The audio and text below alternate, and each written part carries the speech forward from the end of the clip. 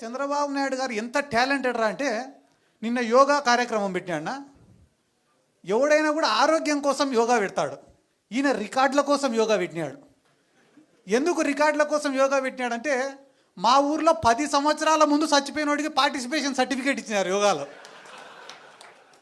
నిన్న మొన్న చచ్చిపోయినోడు కాదు, 10 ఏళ్ల ముందు చచ్చిపోయినోడికి పార్టిసిపేషన్ సర్టిఫికేట్ యోగాలో. ఏమన్నా శివానికి శివాసనానికి ఒక సర్టిఫికేట్ ఇచ్చినారేమో.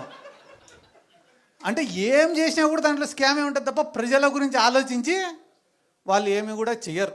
కానీ మీరందరూ కూడా గుర్తుపెట్టుకోవాల్సింది ఏమరా అంటే ఈ భారతదేశంలో ఇంకొక గొప్పటి అవకాశం. ఒకరిపైన ప్రేమతో ఓటేసేదానికన్నా ఇంకొకటి పైన కోపంతో ఓటేస్తారంట. ఈరోజు మళ్ళీ తెలుగుదేశం వాళ్ళకి ఫస్ట్ చెంపదెబ్బ అనుకోండి, మెట్టు దెబ్బ అనుకోని పడేది ఆడినా తెలుసా? ఈ వైన్ షాప్ల కాడనే.